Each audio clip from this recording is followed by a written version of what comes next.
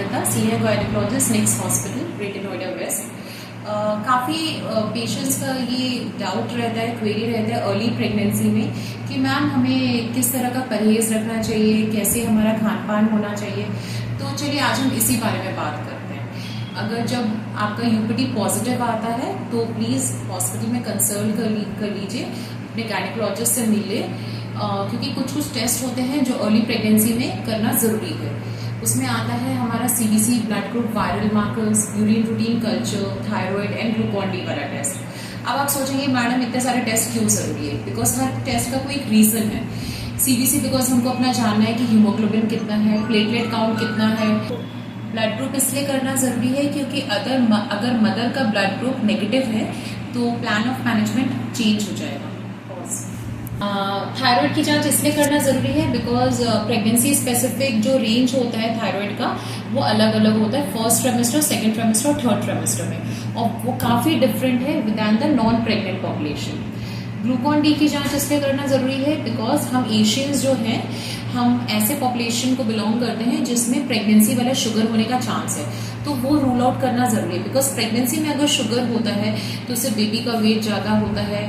बच्चों में अगर शुगर ओवर डायबिटीज़ जिसको कहते हैं, अगर ओवर डायबिटीज़ रहता है तो बच्चे में भी कुछ कंजेनिटल डिजीज़ हो जाते हैं, तो ये हमको ट्रीट और अर्ली डायग्नोज करना बहुत ज़रूरी होता है। वायरल मार्कर्स इसलिए बिकॉज अगर को एग्जिस्टिंग कोई वायरल इन्फेक्शन है, HIV हो गया, HBsAg हो गया, HCV होता है, सिफिलिस होता है, वो मदर टू चाइल्ड ट्रांसमिट हो सकता है, इसलिए हम early diagnose and simultaneously treat करते हैं। यूरिन रूटीन एंड कल्चर भी हम कराते हैं।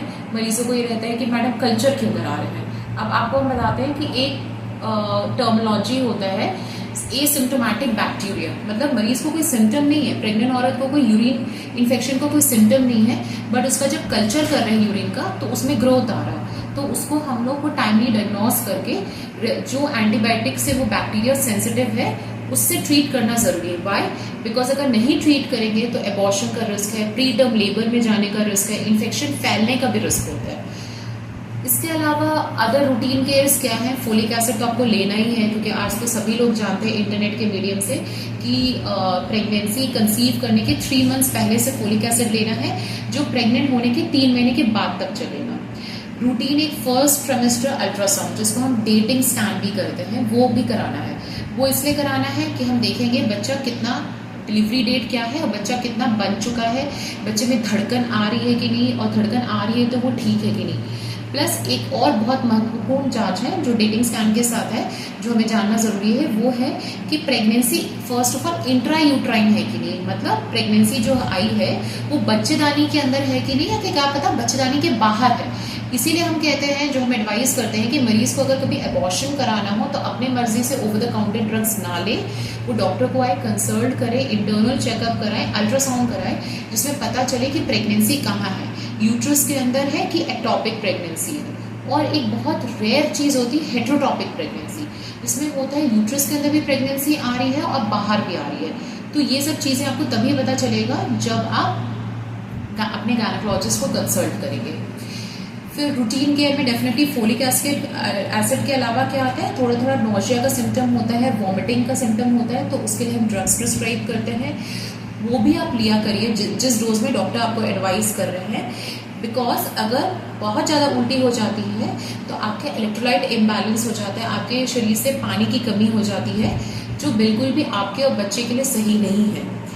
थोड़ा कॉटन के क्लॉथ्स पहनिए, ठीक है, और बाहर का खाना अवॉइड करिए, ठीक है। कोई भी मेडिसिन लेनी हो तो बिना अपने डॉक्टर को संपर्क किए ना लीजिए, क्योंकि काफ़ी सारे ऐसे ड्रग्स होते हैं जो फर्स्ट 3 मंथ्स में कॉन्ट्रा इंडिकेटेड होते हैं, बिकॉज इस समय बच्चे का ऑर्गेनोजेनेसिस हो रहा होता है, मतलब बच्चे के हर ऑर्गन्स बन रहे होते हैं। तो इस समय कुछ भी हम टेराटोजेनिक ड्रग अगर लेंगे, टेराटोजेनिक मतलब जो बच्चे के ग्रोथ में इनहिबिट कर रहे हैं, बच्चे में बनावट दिक्कत कर रहे हैं, वैसा कोई ड्रग लेंगे तो बच्चे को नुकसान हो सकता है और बनावट दिक्कत आ सकती है। उसके अलावा